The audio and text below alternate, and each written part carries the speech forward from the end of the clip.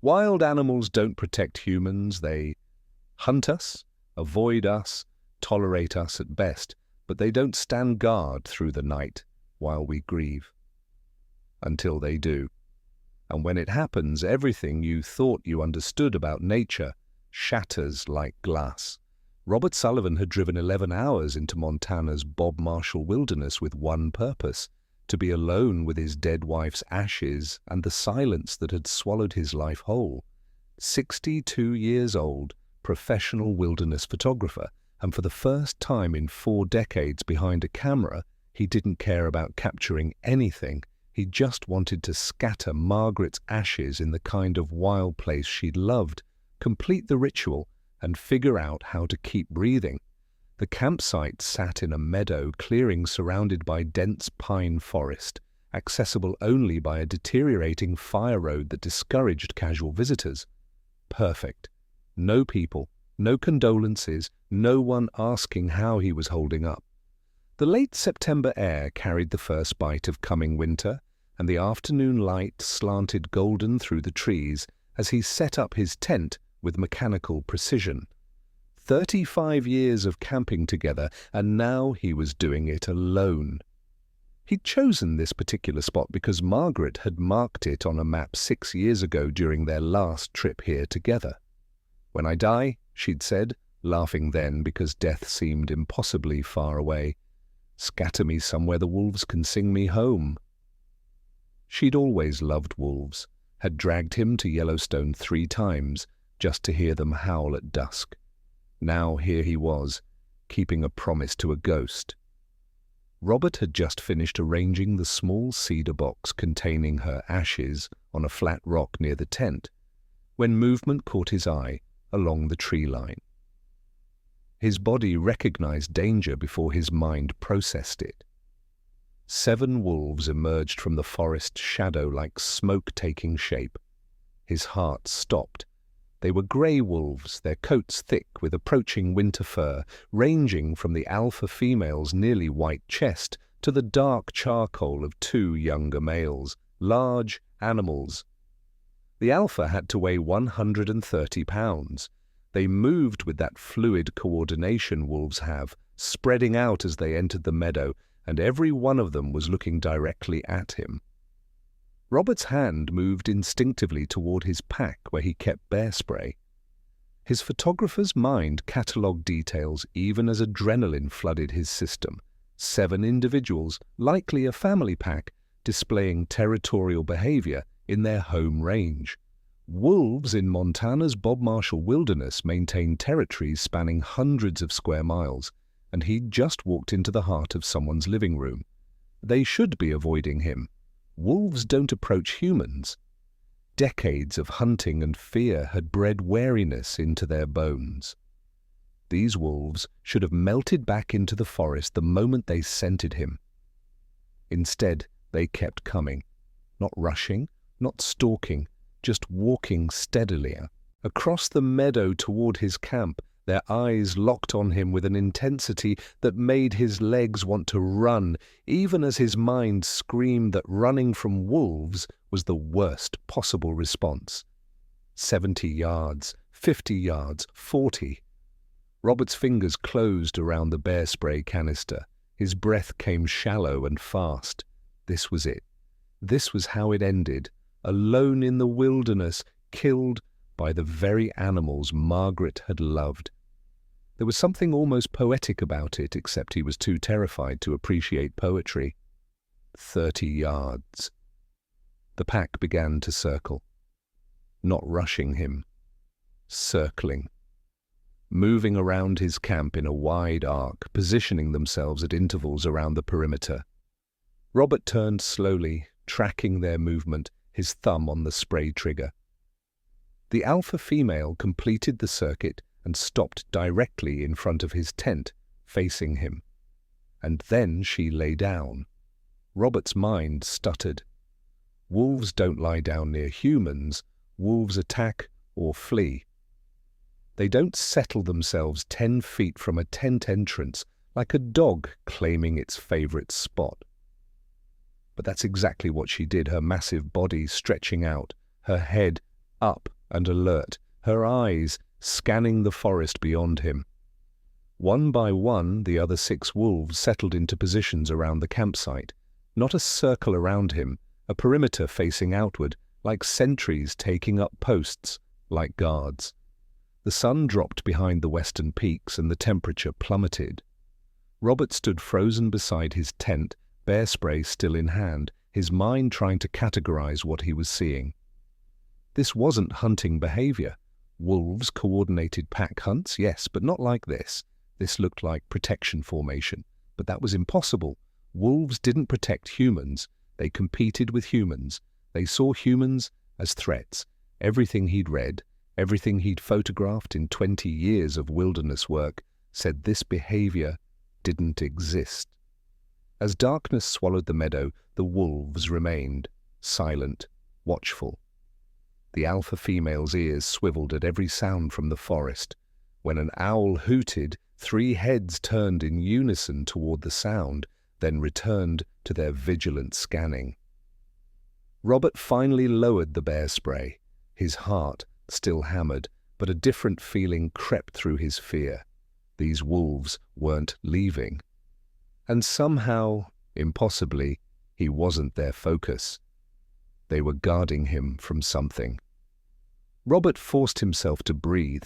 The alpha female remained in her sphinx-like position before his tent, her body completely still except for those constantly moving ears, pivoting like radar dishes toward every sound the forest made. Her posture radiated alertness, not aggression. Ears forward, head elevated, tail relaxed. Every element of her body language spoke of focused attention on the environment, not on him. This was wrong. All of it. He'd photographed wolves for 2 decades across Montana, Wyoming, and Alberta. He knew their patterns. Wolves were crepuscular hunters, most active. At dawn and dusk, when prey animals moved between feeding and bedding areas. Right now, as darkness settled completely over the meadow, this pack should be ranging across their territory, hunting elk or deer, traveling miles through the wilderness.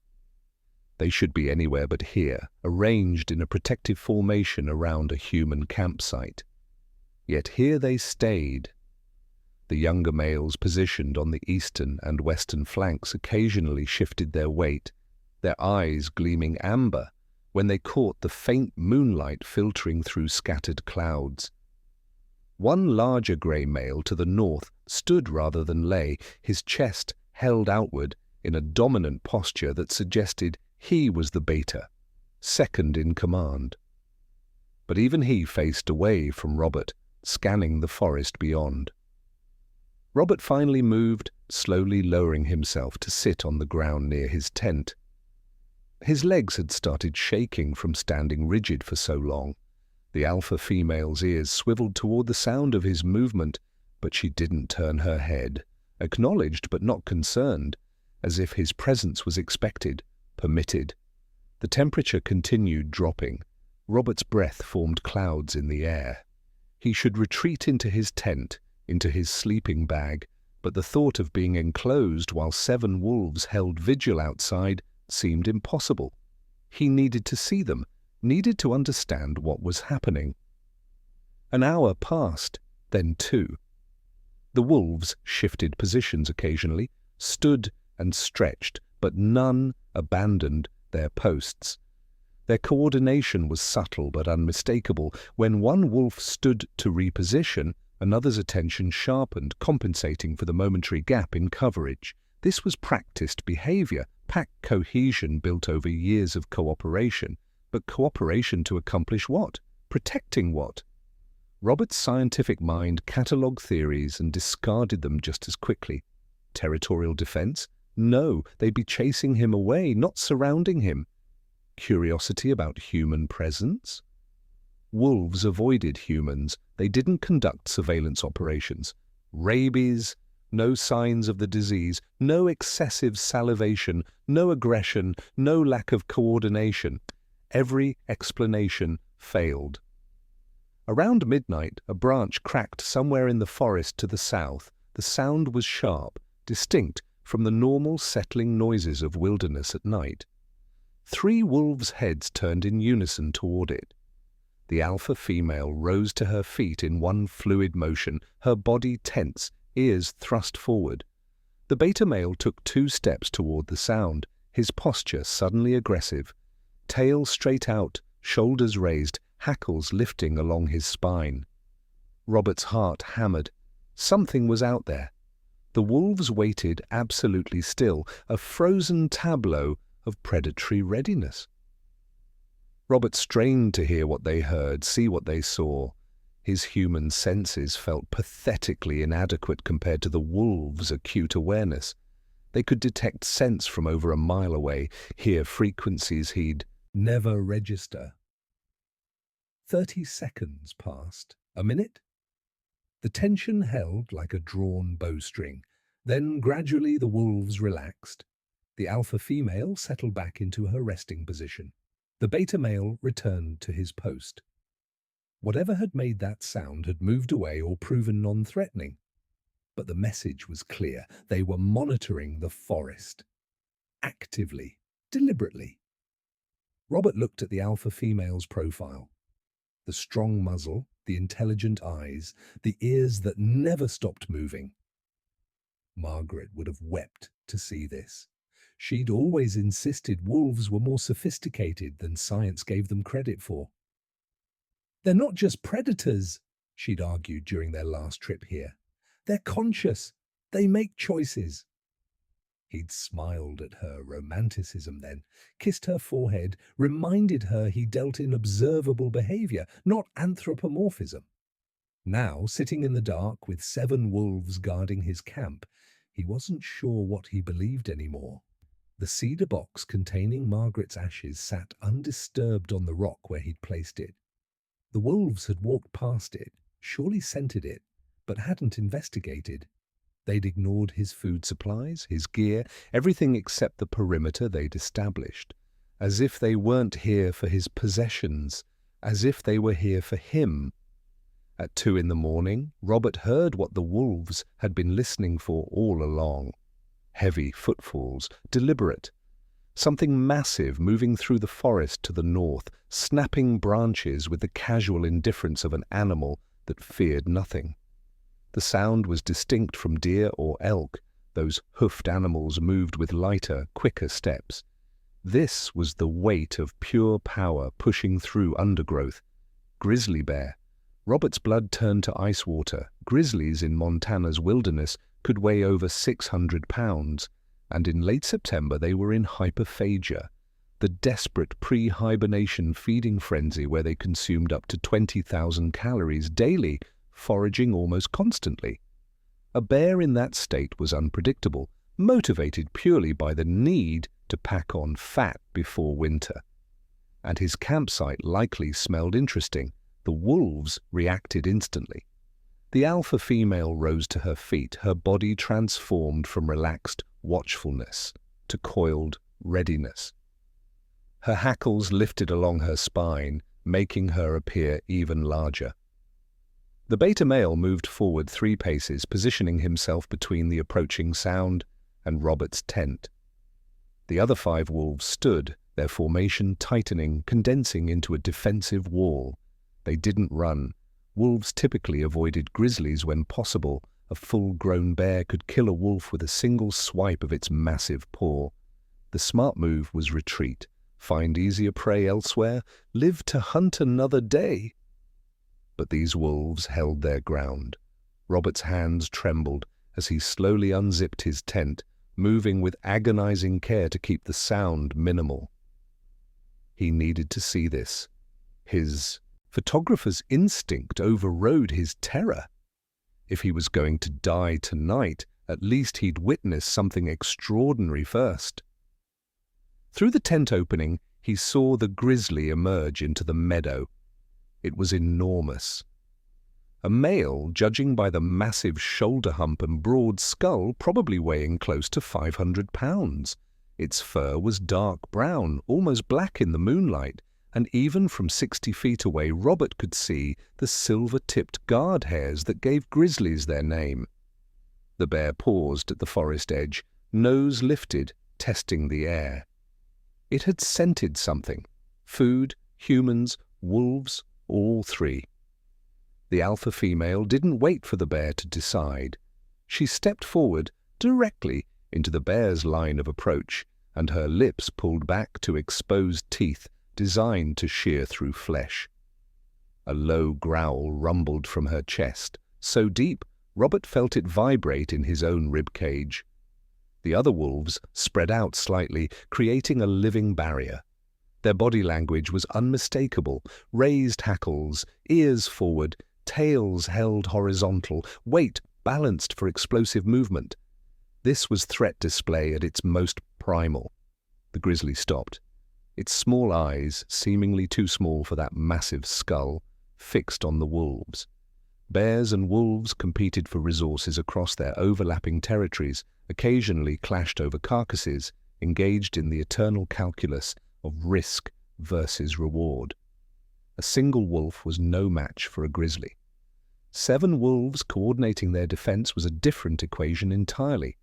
The standoff lasted an eternity compressed into minutes. The bear took 2 steps forward. The alpha female answered with another step toward the bear, her growl intensifying. The beta male moved to her flank, presenting a united front. The message was clear: you don't want this fight. Robert's rational mind screamed at the absurdity of what he was witnessing. These wolves were risking their lives. For what? To defend a territory that wasn't even a denning site? To protect a food source that didn't exist? His camp held nothing worth defending. He'd stored all his food in a bear canister 100 yards from his tent, exactly as regulations required. They were defending him. There was no other explanation. The grizzly swung its massive head from side to side, a displacement behavior that signaled indecision. The wolves maintained their formation, unmoving. 3 more agonizing minutes passed. Then, with a huff that Robert heard clearly across the meadow, the bear turned. Not fleeing, grizzlies didn't flee, but choosing a different path. It lumbered back into the forest, crashing through brush, the sound gradually fading into the night. The wolves held position for another 5 minutes, ensuring the threat had truly departed. Only then did the alpha female relax her posture, her hackles settling, her growl fading to silence. She turned her head and looked directly at Robert crouched in his tent opening. Their eyes met across the darkness. Robert's scientific training evaporated. This wasn't territorial behavior. This wasn't coincidental pack movement. 7 wolves had just confronted a grizzly bear, one of the few predators that could kill them, to protect a human being they had no evolutionary reason to care about. His hands shook so badly he couldn't have held a camera if he'd tried. Every biological instinct, every learned behavior pattern, every research paper he'd ever read about wolf behavior said this was impossible. But he'd just watched it happen. Dawn broke cold and grey over the mountains. Robert hadn't slept. He'd spent the remaining hours of darkness sitting at his tent entrance, watching the wolves maintain their vigil, his mind spinning through impossible scenarios and finding no rational anchor. As pale light filtered through the forest, the wolves began to shift. The alpha female stood, stretched with that fluid grace only wild things possess, and moved away from the tent. The other 6 followed her lead, withdrawing to positions 50 yards from camp, still visible but no longer in immediate proximity. They settled into resting positions, some grooming themselves, others simply watching Robert with those amber eyes that seemed to see straight through him. Robert stood on shaking legs and began his morning routine purely from muscle memory. Boil water, make coffee. The mundane rituals of wilderness camping. But his hands trembled as he lit his camp stove, and he kept glancing at the wolves, half expecting them to vanish like a dream dissolving in daylight. They didn't vanish. They watched. After forcing down a granola bar he couldn't taste, Robert made a decision. He needed to leave. This was too strange, too far outside the boundaries of normal animal behavior. He'd complete what he came to do, scatter Margaret's ashes, and then hike back to his truck. He began breaking down his tent. The wolves' attention sharpened. 3 of them stood. When Robert loaded his pack and took his first steps toward the trail leading out of the meadow, the beta male moved directly into his path, not threatening, just blocking. The wolf stood there, solid and immovable, his eyes meeting Robert's with unmistakable intent. "You're not leaving yet." Robert stopped. His heart hammered. He took 2 steps to the right, attempting to circle around. A younger grey female moved to intercept. He tried the left. Another wolf shifted position. They weren't aggressive. No growling, no bared teeth, no raised hackles. But they were absolutely preventing his departure. He was being detained, gently, deliberately. Robert returned to his campsite, his mind reeling. The wolves relaxed once he stopped attempting to leave, settling back into their watching positions. This was beyond territorial behavior. They weren't defending space, they were keeping him here. But why? For what purpose? The cedar box sat where he'd left it on the flat rock. Margaret's ashes. He'd been so consumed by the wolves' presence that he hadn't completed the ritual he'd driven 11 hours to perform. Maybe that was it. Maybe once he scattered her ashes, they'd let him go. The thought was absurd. Wolves didn't understand human grief rituals, except research showed that wolves did mourn their own dead. Wildlife biologists had documented it extensively. When pack members died, wolves howled differently, stopped eating, refused to leave the body for days. They exhibited behavioral changes identical to grief responses in humans, reduced activity, withdrawal, depression that could last for weeks. They understood loss. Robert picked up the cedar box with reverent care and walked to the spot Margaret had marked on the map years ago. A small rise at the meadow's edge where wildflowers grew thick in summer. The wolves watched, but didn't follow. He knelt in the damp grass, opened the box, and began to speak. "You wanted the wolves to sing you home," he said, his voice breaking. "I didn't think I'd find them. I didn't think they'd come." He poured her ashes onto the ground, watching grey powder settle among the dried stems of autumn flowers. 37 years of marriage, of shared sunrises in wild places, of laughter and arguments and 1,000 quiet moments, reduced to ash and memory. The grief he'd been holding back for weeks crashed over him, and he wept openly, his shoulders shaking, not caring that 7 wild predators watched his vulnerability. When he finally lifted his head, vision blurred with tears, he saw the alpha female had moved closer, not threatening his space, but present, bearing witness. Her ears were relaxed, her posture calm, and something in her eyes, he would swear it until his dying day, reflected understanding. She'd been here. Robert realized it with sudden, shocking clarity. The wolves could detect scents from nearly 2 miles away. They would have scented him arrive, scented the cedar box, probably investigated after dark the first night. The alpha female had come to this exact spot while he slept and encountered the container holding human remains. She recognized death, recognized mourning. And wolves had an extraordinary ability to read emotional states through scent, through the subtle chemical changes grief produces in human bodies. They'd come to guard a grieving creature completing a death ritual. Robert returned to his tent as afternoon shadows lengthened, carrying comprehension that felt too large for his mind to hold. The wolves maintained their distance during daylight, but as evening approached, they began moving back into position, forming the same protective perimeter they'd held the night before. Another night was coming. and they intended to stand watch again. Darkness returned to the mountains, and with it, the wolves' ritual resumed.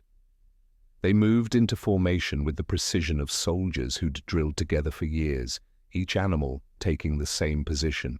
They'd held the previous night, the alpha female before Robert's tent, the beta male to the north, the younger wolves spaced evenly around the perimeter, all facing outward. Robert had his camera ready this time. His hands were steadier than they'd been 24 hours ago, though his heart still raced. If this happened again, if the impossible repeated itself, he needed documentation, evidence that his mind hadn't fractured from grief and solitude. Around 10 o'clock, the familiar sound of heavy footfalls came from the eastern edge of the meadow. Different direction than last night, but the same unmistakable weight. Another grizzly, or perhaps the same one trying a new approach. The wolves responded with coordinated precision. The alpha female rose, her body language shifting instantly to controlled aggression. Her ears thrust forward, tail extended straight behind, hackles lifted along her spine. The beta male moved to intercept, two younger wolves flanking him on either side. A formation designed to present multiple threats simultaneously. The grizzly emerged from the tree line, a different bear, lighter in color, fur catching moonlight with golden sheen. It paused, assessing the situation with calculating intelligence. Robert raised his camera and began shooting. The shutter click seemed impossibly loud, but the wolves didn't react. Their entire focus remained locked on the bear. The alpha female took 3 deliberate steps toward the grizzly, a direct challenge. Her growl rolled across the meadow, and the other wolves joined in, not chaotic, but layered, harmonized sound that raised every hair on Robert's body. This was coordinated communication, wolves amplifying their threat display to seem larger and more dangerous. The bear responded with a huff and head swing, displacement behaviors signaling uncertainty. In territories where wolves and grizzlies overlapped, they engaged in constant competition over resources, but there was no kill here, no food, just a human and his tent. Yet the wolves defended this space with the same intensity they'd show protecting a fresh elk kill. The standoff stretched into minutes. The bear took 2 steps forward. The beta male answered with 1 step closer, his flanking wolves matching his movement in perfect synchronization. They were herding the bear away using the same coordination principles they employed on hunts: strategic positioning, communication through body language. Robert captured it all through his viewfinder, tears streaming down his face. This was beyond biology, beyond territorial behavior. These wolves were risking injury, confronting one of the few predators that could kill them, to protect a creature that wasn't pack, wasn't kin, wasn't even the same species. The grizzly held its ground for 30 minutes, longer than last night's bear, but gradually the wolves' coordinated pressure worked. The bear shifted backward, took 1 step in retreat, then another. Finally it turned and lumbered into the forest, its departure marked by breaking branches and frustrated huffs. The wolves maintained their defensive formation for 10 minutes after the bear vanished. Only then did they relax, settling back into vigil positions, breathing returning to normal, hackles lowering. Robert lowered his camera with shaking hands. 2 nights, 2 bears, 2 successful defenses. This wasn't coincidence. This was deliberate protection, a pattern executed with sophisticated coordination that demonstrated not just intelligence, but intention. The alpha female turned and looked at him again, that same penetrating gaze. Her ears were relaxed now, posture calm. The message was clear. Threat handled. You're safe. Robert wanted to howl his gratitude, his wonder, his complete inability to comprehend what he was witnessing. But he stayed silent, watching through the darkness, understanding he was being given something precious, something most humans never witnessed. His camera held the evidence, but even without photograph, this truth was now carved into his bones. The night stretched on. Robert sat at his tent entrance, wrapped in his sleeping bag against the cold, unable to look away from the wolves. They shifted positions occasionally, stood to stretch, but never abandoned their posts. Around 3 in the morning, one of the younger wolves approached within 20 feet of his tent, close enough that Robert could see the individual guard hairs in its coat, the way its breath formed clouds in the frigid air. The young wolf studied him for a long moment, then returned to its position. Not threatening, just checking on him, making sure the creature they protected was still breathing, still safe. The tenderness of that gesture shattered something in Robert's chest. Morning of the 3rd day arrived with frost coating every surface in crystalline white. Robert woke stiff and exhausted, having slept only in fitful patches while the wolves maintained their vigil. As dawn light spread across the meadow, the pack withdrew again to their daytime positions, giving him space while remaining visible. Robert needed to understand. The photographs on his camera proved the bears, the standoffs, the defensive formations, but they didn't explain why. Why these wolves had chosen to protect him, why they'd stayed for 3 nights running. He made coffee with trembling hands, then decided to explore the campsite perimeter. Maybe there were signs he'd missed, clues written in tracks or scent marks that would make sense of the impossible. He walked slowly around the meadow's edge, studying the ground. Wolves were meticulous about scent marking their territories, using urine and feces to advertise their presence, particularly along territorial boundaries and at trail junctions. Males marked more frequently than females, and the marks served as olfactory billboards warning other wolves away. But Robert found no fresh scent marks near his camp. The wolves hadn't been marking territory here. This wasn't about defending their range. He continued walking, following the tree line toward the small rise where he'd scattered Margaret's ashes yesterday afternoon. The frost made tracking easier. Every disturbance in the white coating showed clearly. Deer tracks crossed the meadow in wandering patterns, a rabbit's prints traced erratic paths through the underbrush, and wolf tracks leading directly to the ash site. Robert's breath caught. He knelt in the frost, studying the prints with a photographer's trained eye for detail. Wolf paws were large. These measured close to 5 inches long and 4 inches wide, with 4 symmetrical toes and distinct claw marks clearly visible. The front paw print was slightly larger and broader than the hind, a characteristic that helped distinguish wolves from dogs. But it wasn't just the size that made his hands shake. It was the pattern. The tracks came from the direction of the forest, approached the exact spot where he'd poured Margaret's ashes, circled the site twice, then returned along the same path. A single wolf, the stride length and paw size, suggested the alpha female, and the tracks were fresh, made sometime during the night after he'd returned to his tent. She'd visited the site again. Robert walked the perimeter of the ash scattering area, finding more tracks, multiple visits over multiple nights. The wolves could track scent marks and investigate them thoroughly. It was fundamental to their territorial behavior and communication. They would have scented the cedar box immediately when he arrived, would have investigated after dark that first night. They'd smelled death, human remains, and recognized what they meant. Research documented that many animals mourned their dead. Elephants returned to burial sites, touching the bones of deceased family members with their trunks. Chimpanzees carried dead infants for months, continuing to groom them. Orcas held ceremonies for dead calves, taking turns carrying the bodies before releasing them to the ocean. Wolves themselves mourned pack members, howling differently when one died, refusing to eat, exhibiting depression that lasted weeks. They understood death, recognized grief. And now, impossibly, they'd recognized his. Robert sat in the frost beside the ash site, his mind trying to process what the tracks revealed. The alpha female hadn't just stumbled upon this spot. She'd sought it out, returned to it repeatedly.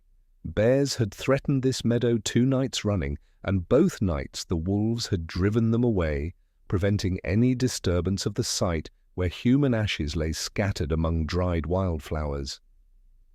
They were guarding Margaret's resting place, and by extension guarding the grieving creature who'd brought her here. His vision blurred with tears. This wasn't coincidence. This wasn't territorial behavior or hunting strategy or any rational biological explanation. This was intentional protection offered to a mourning stranger by predators who had no evolutionary reason to care whether he lived or died. The wolves recognized death rituals because they performed their own, mourned their own losses. And somehow, through scent or body language or some faculty science hadn't yet discovered, they'd identified him as a creature in pain, completing a sacred task, vulnerable and alone in their wilderness. So they'd stood guard, 3 nights and counting. Robert returned to camp as the sun climbed higher, carrying knowledge that shook the foundations of everything he thought he understood about animal consciousness. The wolves watched him from their resting positions, amber eyes tracking his movement. The alpha female's gaze met his across the meadow. He raised one hand in acknowledgement. She blinked slowly, her ears swiveling forward. Communication across the species barrier, wordless but unmistakable. Tonight would be the 3rd night. Would they stay until he was ready to leave? Until the ritual was complete? How did they know what he needed when he barely knew himself? The tracks in the frost held no answers, only proof that wild things understood grief better than he'd ever imagined possible. The 3rd night fell over the mountains with the weight of ritual. Robert had spent the day in a strange liminal state, half grief and half wonder, watching the wolves rest in the distance while processing what the tracks had revealed. The alpha female had slept most of the afternoon, conserved her energy. She knew another night was coming. As twilight deepened, the pack stirred. One by one they stood, stretched, and began their familiar migration toward Robert's campsite. The formation was identical to the previous 2 nights, each wolf taking the same position, facing the same direction. The precision spoke of intentional coordination, not instinct. Robert sat outside his tent, camera beside him, but not lifted. Tonight he just wanted to witness, to be present for whatever was about to unfold. The alpha female approached closer than she had on previous nights. She stopped 15 feet from where Robert sat and lowered herself to the ground, her eyes never leaving his face. Wolves could follow gaze direction with remarkable precision, both from other wolves and from humans, using eye contact as a crucial form of communication and environmental awareness. When pack members looked in a specific direction during hunts, others immediately followed that gaze, understanding it signaled important information. Now she held his gaze deliberately. Direct eye contact that in most wolf interactions would signal aggression or challenge, but her body language contradicted threat, ears relaxed, mouth soft, no tension in her shoulders. This wasn't dominance, this was something else, recognition passing between 2 conscious beings. Robert felt tears slide down his face. "Thank you," he whispered. Her ears swiveled toward the sound of his voice. A slight tilt of her head. Acknowledgement. The night progressed with a different quality than the previous 2. No bear came. The forest remained quiet except for the normal sounds. Wind through pine branches, the distant call of an owl, small creatures moving through underbrush. The wolves maintained their vigil, but with noticeably less tension. Their nighttime formation had contracted slightly, wolves positioning themselves closer together, relying on sound and scent rather than vision for coordination. Around midnight, something shifted. The beta male stood and moved to the alpha female's position. They touched noses, a greeting behavior, an exchange of information through scent and contact. Then the beta returned to his post and the alpha female rose. She walked directly toward Robert. His breath caught. Every survival instinct screamed at him to retreat, to grab the bear spray, to protect himself from a 130-pound predator approaching in darkness.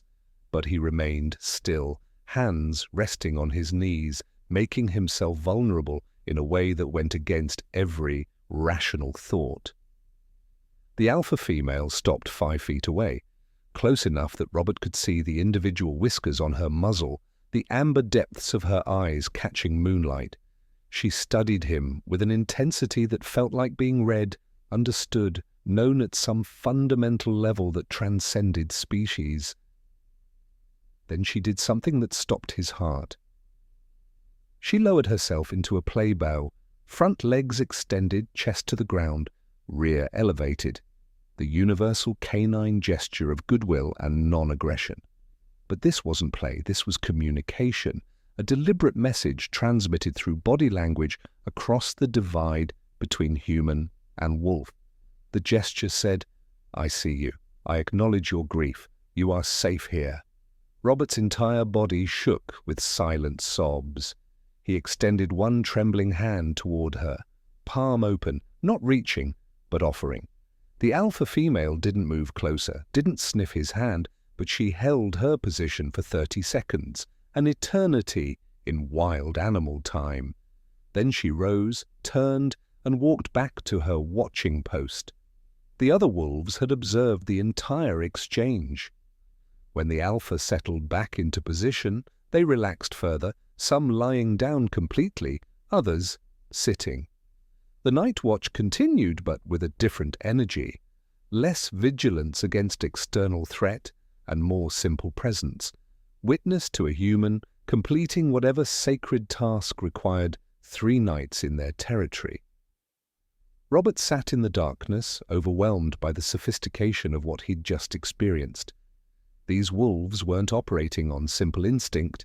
They were making decisions, coordinating complex behaviors, communicating meaning through deliberate gestures that demonstrated understanding of emotional states, both their own and his.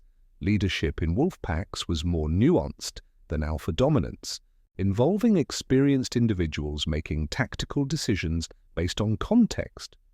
The alpha female had just made such a decision to approach a vulnerable human, to communicate reassurance through specific body language, to demonstrate that protection wasn't just about defense against bears, but about recognizing grief and honoring what it required. As dawn approached without incident, Robert understood this was the final night. The ritual was complete. Margaret's ashes rested in the earth, and he'd been given space and protection to grieve without interruption. The wolves had known, somehow, that he needed 3 nights. 3 nights to scatter ashes, to weep, to begin accepting the impossible weight of continuing to live without her. Tomorrow, they would let him leave. Dawn arrived on the 4th morning, with crystalline clarity. The sky blazed orange and pink across the eastern peaks, and frost sparkled on every surface like scattered diamonds.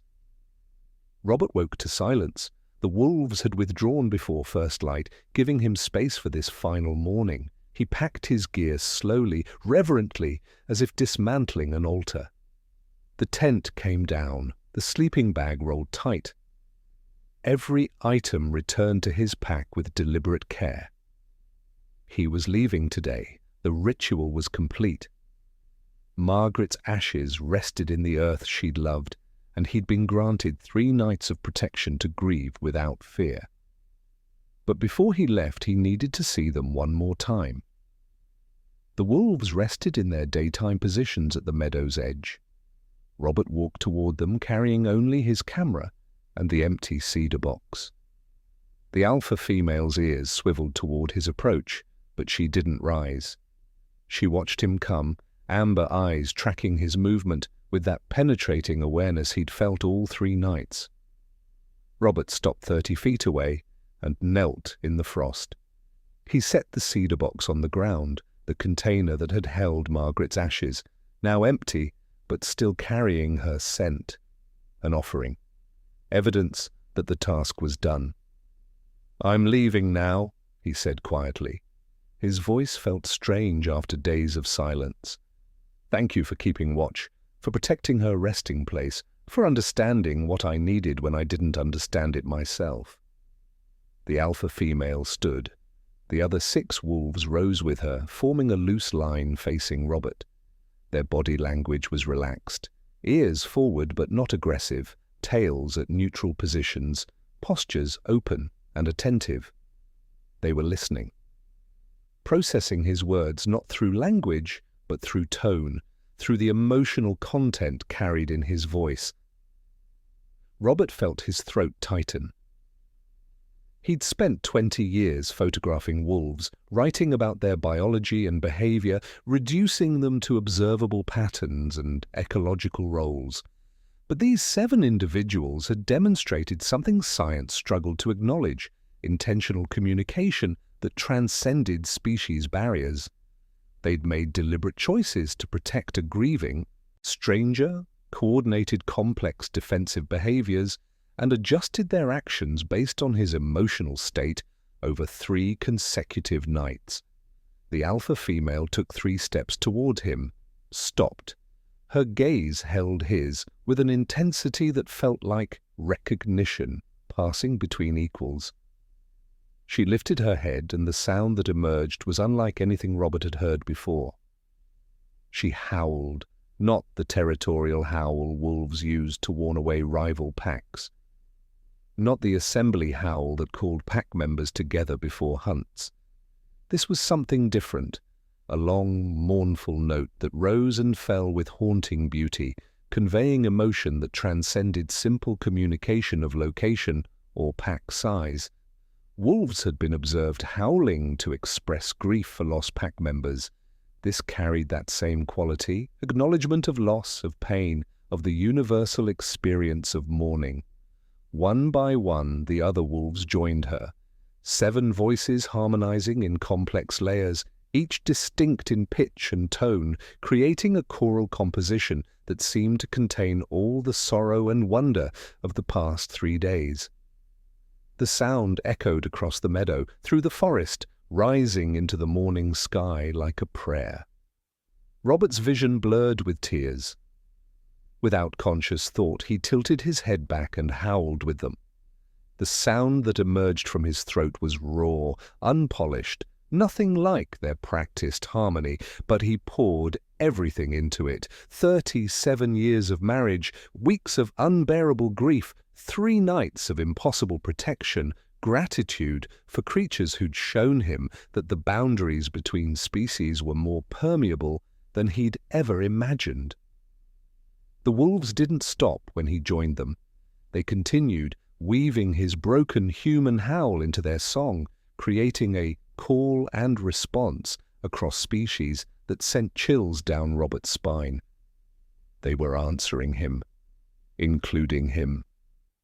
For this moment, he wasn't human, and they weren't wolves. They were simply creatures who understood loss, honoring it together under the morning sky. The howling faded gradually, individual voices dropping away until only the alpha female's voice remained. Her final note held for 10 seconds, then dissolved into silence. Robert lowered his head, chest heaving with sobs he'd been holding back for weeks. When he finally looked up, the alpha female had approached to within 10 feet. Close enough that he could see the silver guard hairs around her muzzle, the intelligence in her amber eyes, the slight scar across her left shoulder from some long-ago injury. She held his gaze for a long moment. Then she did something that would haunt him for the rest of his life. She stepped forward, pressed her right front paw into the soft earth near where Robert knelt, and held it there for 3 seconds. A deliberate impression, a mark left intentionally. Then she withdrew, turned, and walked toward the forest. The other 6 wolves followed her, moving in single file. At the tree line, the alpha female paused and looked back one final time. Her eyes met Robert's across the meadow. Then she vanished into the shadows, her pack dissolving into the wilderness like smoke. Robert sat frozen, staring at the paw print she'd left. 5 inches long, 4 inches wide, 4 symmetrical toes and claw marks pressed clearly into the earth. Not a random track. An intentional gesture, communication, through physical marking, a sign deliberately left behind. She'd given him proof, evidence that this had happened, that these 3 nights weren't grief-induced hallucination, but real protection offered by conscious beings making deliberate choices. His hands shook as he raised his camera and photographed the print. Then he photographed the surrounding campsite, the tree line where they'd disappeared, the empty cedar box on the ground. Documentation of the impossible. The subscription call he'd been suppressing for days suddenly demanded release. If your heart is racing right now, you understand. Subscribe to the channel. These real stories need to be told. Robert carefully collected soil around the paw print, preserving it. Then he shouldered his pack and began the long hike back to his truck, carrying evidence of 3 nights when wolves taught him that nature recognizes grief, honors it, and protects those who mourn. Robert drove 11 hours back to civilization, carrying a camera full of photographs he knew no one would believe. The images were technically perfect: sharp focus, proper exposure, clear documentation of 7 wolves surrounding his campsite, of grizzly bears at the meadow's edge, of defensive formations that shouldn't exist in nature. But documentation didn't equal credibility. He stopped at a diner in Missoula and scrolled through the photographs on his camera's display screen. There, the alpha female in profile, hackles raised, facing down a grizzly. There, the coordinated formation. There, the paw print she'd left deliberately as a parting message. Back home in Seattle, he developed the photographs in his darkroom, watching the images emerge in chemical baths like memories surfacing from deep water. Each print confirmed what his mind still struggled to accept. It had happened. All of it. He called Dr. Sarah Chen, a wildlife biologist he'd worked with on a Yellowstone project. They met at a coffee shop, and Robert spread the photographs across the table between them. Sarah studied each image carefully, her expression shifting from interest to confusion to skepticism. "Robert, these are incredible shots, but the behavior you're describing, wolves don't do this." "I know," Robert said. "I spent 3 nights watching them do it anyway." She picked up the photograph of the defensive formation.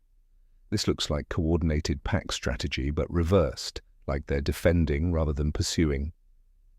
They were defending me from 2 different grizzlies over 3 consecutive nights. Sarah set the photo down gently. "Wolves avoid confrontation with grizzlies. The risk-reward doesn't make sense. They were defending me while I scattered my wife's ashes." The silence stretched between them. Sarah's expression softened with sympathy. "Robert, I'm so sorry about Margaret, but trauma does strange things to perception." Robert gathered the photographs, hands steady despite the heartbreak churning in his chest. "They left tracks at the site where I scattered her ashes. Multiple visits over 3 nights." The alpha female howled, and I howled back, and they included my voice in their song. Sarah reached across the table. "I believe you experienced something profound, but the scientific community won't accept it without more evidence." Robert left, carrying his photographs and the certainty that he'd never convince anyone who hadn't been there. Science demanded replicability. It couldn't accommodate one-time events witnessed by a single observer, no matter how well documented. 1 month later, Robert returned to the meadow. He hiked in alone, carrying dried lupines, Margaret's favourite flowers. He placed them at the site where her ashes rested, and he found wolf fur caught on branches near the spot. Fresh fur, white-tipped guard hairs from an alpha female's coat. They'd continued visiting after he left, checking the site, maintaining some kind of vigil, even without him present to protect. Robert collected the fur carefully and sat on the cold ground weeping. Not from grief this time, but from overwhelming gratitude for a mystery he'd never fully understand. He never published the photographs, never wrote the scientific article. The images stayed in his archive, viewed only by him and a few close friends who nodded politely and changed the subject. But 6 months later, Robert began volunteering with wolf conservation organizations. He spoke at public meetings about reintroduction programs, about the sophisticated intelligence these animals possessed.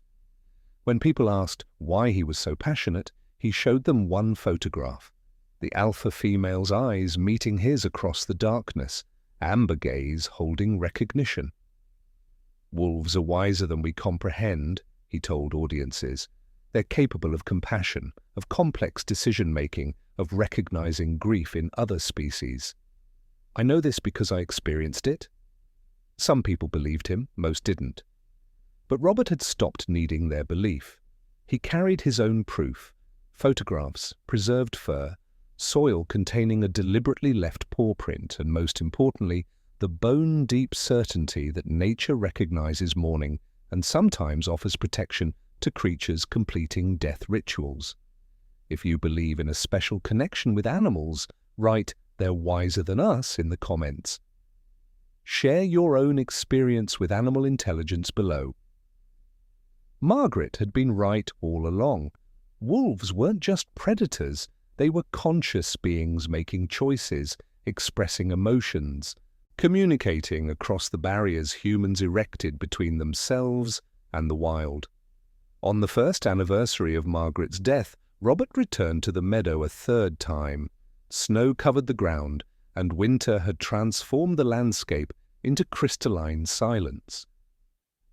He didn't expect to see the wolves. Packs ranged across hundreds of square miles, and the chances of encountering them again were astronomical.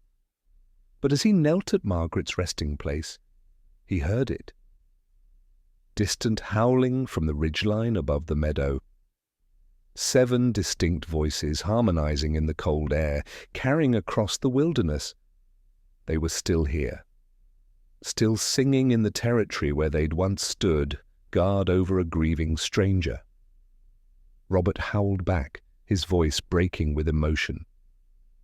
The wolves answered, and for 30 seconds human and wolf voices wove together across the frozen landscape, proof that some connections transcend species, transcend logic, transcend everything science can measure or explain. Robert would spend the rest of his life grateful that 7 wolves had chosen to protect him when he needed it most. He'd never know why they chose him, but he knew they chose deliberately. That was miracle enough.